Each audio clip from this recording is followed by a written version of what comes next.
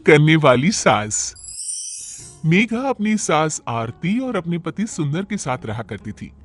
मेघा बहुत ही संस्कारी बहू थी, लेकिन उसकी सास की आदत तो थी अपनी बहू को तंग करने की, इसलिए वो अपनी बहू को बहुत ही ज्यादा परेशान किया करती।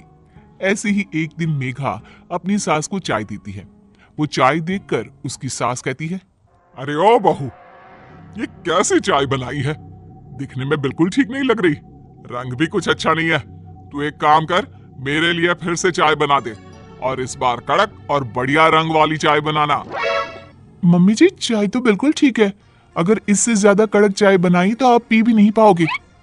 तूने इसमें दूध कम पानी ज्यादा डाला है और पत्ती कम चीनी ठोक रखा है। ऐसे कोई चाय बनाते हैं क्या? कितनी बार समझाया पर तू मेरी बातों का ध्यान ही नहीं दे। ठीक है मम्मी जी, आगे से मैं ध्यान रखूंगी। इतना कहकर मेघा वहां से चली जाती है और इधर आरती खुद से बोलती है, वैसे मेरी बहू सारा काम अच्छा करती है, पर मैं इसकी तारीफ कर दूंगी तो ये मेरे सर पर चढ़कर ताता भैया करेगी। इससे तो अच्छा है कि मैं इसके काम में कमियां ही निकाल कर इसको तंग किया करूं। थोड़ी देर बाद आरती अपनी बहू के पास जाती है। उसे कपड़े धोते हुए देखकर कहती है, बहू, तूने कपड़े धोना नहीं सीखा है क्या? क्यों, क्या हुआ मम्मी जी, आप ऐसा क्यों बोल रही हैं? अरे देख तो जरा इस कपड़े को, अभी भी कितने मैले हैं। माँ जी, वो आपको मैले इसलिए दिख रहे हैं क्योंकि उन्हें अभी मैंने धोए ही नहीं है। हाँ, ठीक है, कोई बात नहीं, लेकिन मैं तुझे अभी और कपड़े लाकर दे रही हूँ, अच्छे से धोना। जी माँ जी, जैसा आप कहें। आरती उसको बहुत सारे कपड़े लाकर देती है।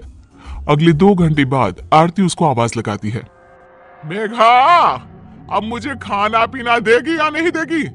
खाना बन चुका है तो लगा जल्दी से, बहुत भूख लग रही है। मेरी सासू माँ भी ना जीने नहीं देंगी मुझे। हाँ माँ जी, दे रही हूँ। इतना कहकर मेघा अपनी सास को खाना परोसती है। जैसे ही उसकी सास खाना खाती है, अपनी बहू से कहती है, हाय हाय, कितना बेकार खाना बनाया है तूने। ऐसे भी कोई खाना बनाता है क्या? इससे अच्छा तो मैं बनाती हूँ खाना। देख तो जरा, नमक कितना कम है। तुझे खाना बनाना बिल्कुल नहीं आता। तेरी माँ ने तुझे कुछ सिखाया ही नहीं है क्या? बस माँ जी, बहुत हो गया। आप जब तक मुझे बोल रही थी तब तक ठीक था, लेकिन अब मेरे घर वालों को कुछ भी मत बोलिए। आगे से मैं ध्यान रखूंगी कि नमक कम ना हो। इतना कहकर मेघा वहां से चली जाती है। अगले दिन अपने पति के साथ बाहर जाने का प्लान बनाती है तो वो जीन्स पहनकर निकलती है। ये देखकर आरती मेघा से कहती है, बहू, तेरी शादी हो चुकी है, अब तू कुंवारी नहीं है जो इस तरह से जीन्स पहनकर बाहर जा रही है। माँ जी, अकेले थोड़ी जींस पहनकर बाहर जा रही हूँ, मैं इनके साथ बाहर जा रही हूँ। और वैसे भी जींस में बुराई क्या है? अरे हाँ, बढ़िया, ये मुझसे पूछने वाली बुराई क्या है? अरे चल जा यहाँ से, साड़ी पहन कर आ। बेचारी मेघा, सास के सामने उसकी एक ना चली। वो जाकर साड़ी पहनकर आती है और दोनों घर से निकलते हैं। मेघा रास्ते में अपने पति से कहती है, सुंदर जी, आपकी माँ ने तो हद ही कर दी, हर चीज में कमी निकालती है। चाहे मैं कुछ भी कर लूं, लेकिन वो मुझे तंग करने का कोई ना कोई बहाना ढूंढ ही लेती हैं।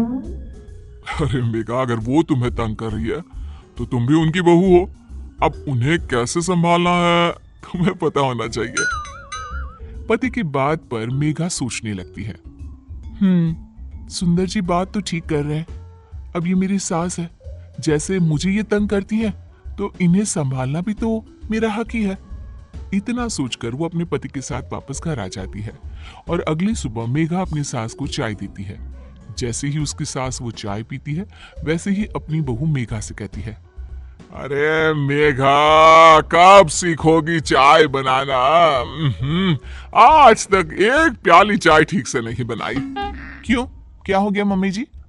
आज क्या दिक्कत है मेरी चाय में? अरे देख तो जरा, इसमें पानी ही पानी है और चीनी तो है ही नहीं, और चाय पत्ती इतनी ज्यादा डाल रखी है कि चाय कड़वी हो गई है। लेकिन मम्मी जी, पिछली बार आपको ही तो पत्ती वाली चाय चाहिए थी ना, तो आज मैंने पत्ती वाली ही चाय बनाई है। अच्छा चल ठीक है, तू जाके घर की साफ सफाई कर ले। थोड़ी देर बाद सास छत पर जाती है। वो देखती है कि उसके सभी गंदे कपड़े धूप में सूख रहे हैं। वो मेघा से कहती है, बहू, ये क्या? तूने गंदे ही कपड़े धूप में सूखने के लिए डाल दिए। अरे कम से कम इसको धो तो देती। अरे मम्मी जी, वो मुझे ना आज साबुन नहीं मिला, तो मैंने ऐसे ही पानी में डालकर सीधा धूप में सुखा दिया। ओहो, जब साबुन ही नहीं था तो इतनी मेहनत भी क्यों करी? मम्मी जी, आपको मेरी मेहनत की चिंता कब से होने लगी? ऐसा कुछ नहीं है, चल जा साबुन लेकर आ और इन्हें धोकर सुखा। क्या मम्मी जी, आप भी अभी तो मेरी मेहनत की फिक्र कर रही थी और अब फिर से दोबारा मुझसे मेहनत करवाना चाहती है। अरे एक दिन की तो बात है, यही पहन लीजिए ना आप। बहू की बात पर हैरान आरती कुछ बोले बिना वहां से चली जाती है।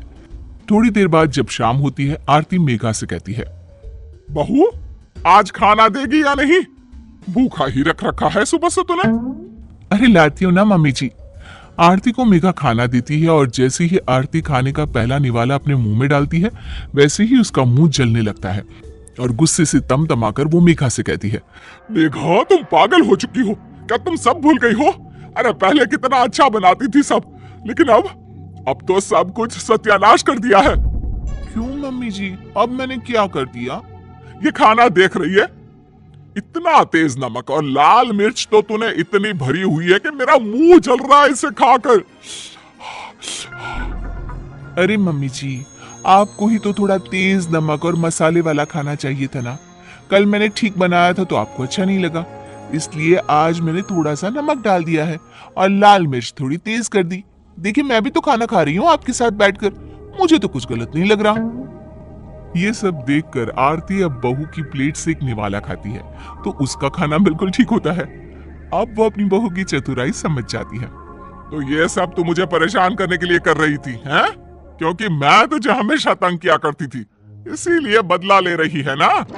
अरे नहीं नहीं मम्मी जी, मैं तो बस आपके मुंह से सच्चाई निकलवाना चाहती थी कि आपकी बहू अच्छी है। बस आपको ही उसके काम में नुक्स निकाल कर तंग करने की आदत है। अरे मुझे माफ कर दे, मुझे भी तुझे इतना परेशान नहीं करना चाहिए था।